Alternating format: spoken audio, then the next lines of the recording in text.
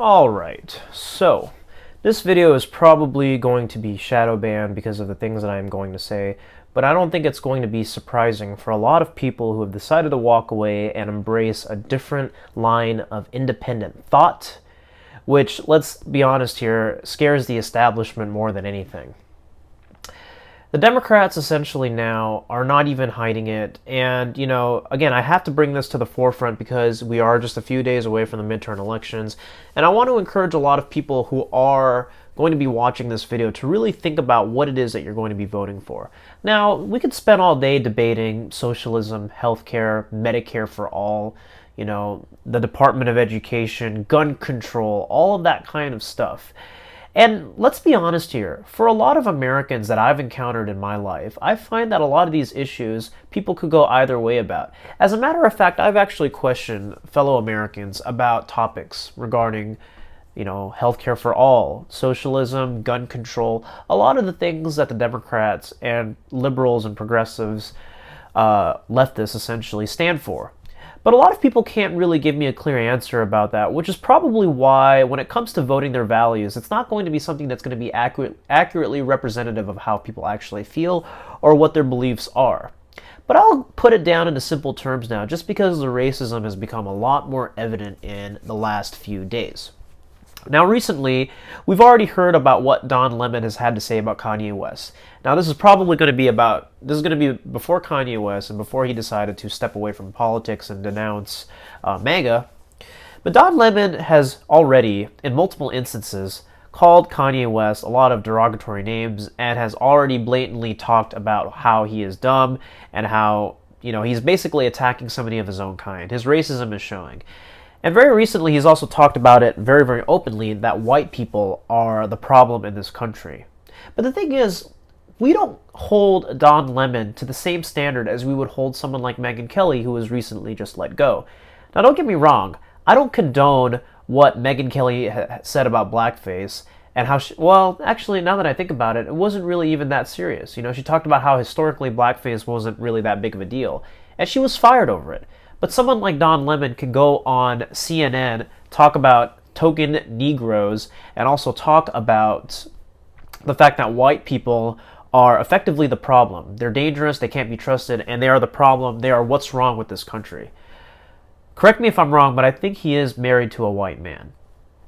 And then at the same time, you have someone like Hillary Clinton, who, unfortunately, to the bleeding of my ears, has hinted at the possibility of running for president, possibly in the near future, for the third time, although she's probably going to be a little bit more clear about it once the midterms are over. But there was a conversation that has been circulating around, and how she was correcting a fellow person about Eric Holder, and I believe it was Cory Booker, and she made a remark, kind of a cheap, low-blow joke, how they all look alike, and laughed about it. Now, it's really funny because, when we hold people on the right to that standard, or the left, what they do is they pick apart everything. And they're going to be the first to draw first blood when it comes to calling people racist. It's almost like that's the favored tactic of people these days, is, if you can call somebody a racist, that's the best way to bring someone down. But the people on the left don't hold themselves to the same standard. Hillary Clinton can go around saying that all black people look alike, joke about it, and nobody will talk about it. Whereas if President Trump were to do that in any regard, even if he was doing it in the privacy of his own bathroom, it would be all over the news. But Hillary Clinton can address a crowd of people, laugh about it, have everybody laughing with her, and nobody would call her a racist. So for all of you out there who are still on the edge of deciding who you're going to vote for, really think about this for a second.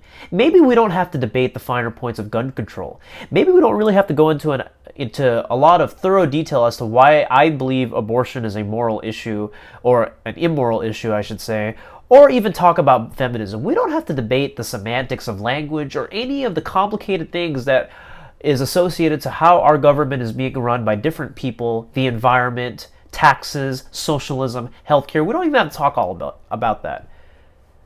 But most people can recognize blatant racism. You don't even have to be invested in people's policies. And are these the people that you're looking to be voting for? Because the racism is active, and it's showing. Do you support a political party that's going to push race ahead like this? make comments about other people in this regard? I mean, this is just something to think about. Forget about everything you've heard about what Democrats believe in. And just let's just focus on the individuals here and the things that they talk about. I mean, maybe CNN is not going to, share this all over just because it's not something that's going to fit their political agenda. But for all of you sensible people who have a Twitter account and are somewhat active on Facebook, because that's technically what we're talking about, is how we get information, this is not really something that you can very easily avoid. And the thing is, I think people are blatantly ignoring it. I think people know that this stuff is going on and they choose to ignore it. But come election day, you have the option to cast a ballot. You have an option to vote. And if you want to vote for these people who make statements like this, I think you should really think about the integrity, the personal integrity that the Democratic Party represents. That's the whole point of Blexit or the walk-away campaign as it stands. It's still evidently relevant, and we should think about these things. For those of you who aren't too familiar with where I come from, or if you're stumbling on this video for the first time, I've walked away from the Democratic Party, and I'm urging a lot of people to do the same through these examples that are most recent now. The racist tweets, the intolerance of the left, the double standard that apparently they don't adhere to themselves. I mean, it's crazy. That's all I really have to say for today's video. I'm going to keep it short. I know my videos sometimes drag on longer than they need to. But again, first of all, it was low blows. It was false sexual assault allegations. It was, lies. But now they're not even hiding it anymore. Now they'll blatantly make racist statements, and nobody will call them out on it. And people, come election day, I think we're going to see a red wave. I think we're going to see a major change, and that's all I can hope for. So I urge you all to get out there and vote come November 6th, and really think about, the people that you are actively supporting. You probably don't even have to think about what they stand for, but really think about what they say even. So, something to think about. That's all I have to say for today's video. Thank you so much for tuning in. I hope you all are having an amazing day wherever you are, whoever you may be. Be sure to hit that notification bell, because I know YouTube doesn't notify you of my videos anymore. And as I transition out of where I'm at into a new place, I'm also probably going to take that opportunity to freshen up the videos a little bit. So thank you so much for tuning in, and I will see you all in the next video. Take care.